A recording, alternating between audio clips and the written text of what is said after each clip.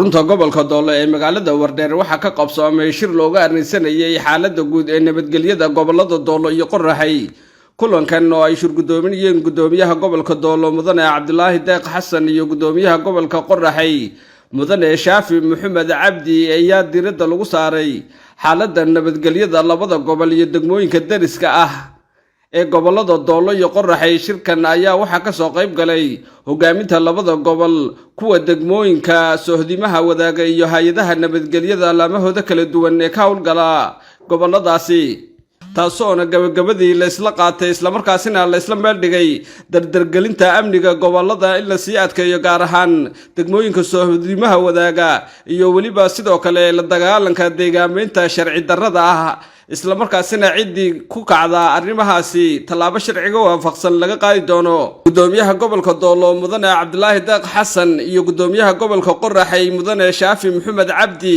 ayaa gabagabadii warbaahinta dowladda deegaanka Soomaalida SRTV halkaasi kula hadlay isla markaasina ka warbixiyay ahmiyadda shirkan iyo waliba waxyaabaha lagu gon lahaa. Shirkadda saaran waxa weeye in deegaamada laga hortago, in amniga laga shaqeeyo, in caafimaad qabka bulshada iyo isdhexgalka iyo nabadgelyadooda laga shaqeeyo. xagga mas'uuliyad baan naga saaran intaas markaa noo garanayna cid kasta inay roolkeeda qaadato, mas'uuliyadeedana qaadato.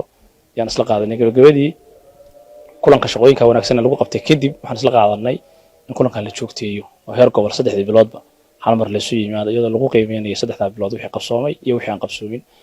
sidoo kale degmooyinkuna inay bil kasta hal mar ay soo yimaadaan. ujeedada shirku wuxuu ahaa inaan shacabka inaan tusno aragtida xisbiga iyo xukuumadda maamulada degmooyinka iyo gobolada inay isku mid yihiin oo wax farqa u dhaxeeyo soo jirin.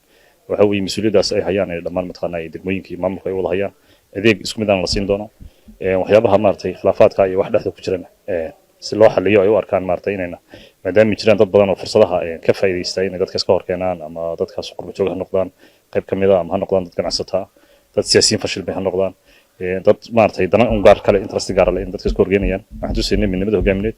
marka annaga waxa xil naga saarayay maadaama nahay dawladda aan xisbigii nahay shacabkaas inaan si hufan ugu adeegno, shardigooda iyo maartay sharaftooda iyo iftooda inaan ilaalino, amnigooda inaan ilaalino, hantidooda inaan ilaalino.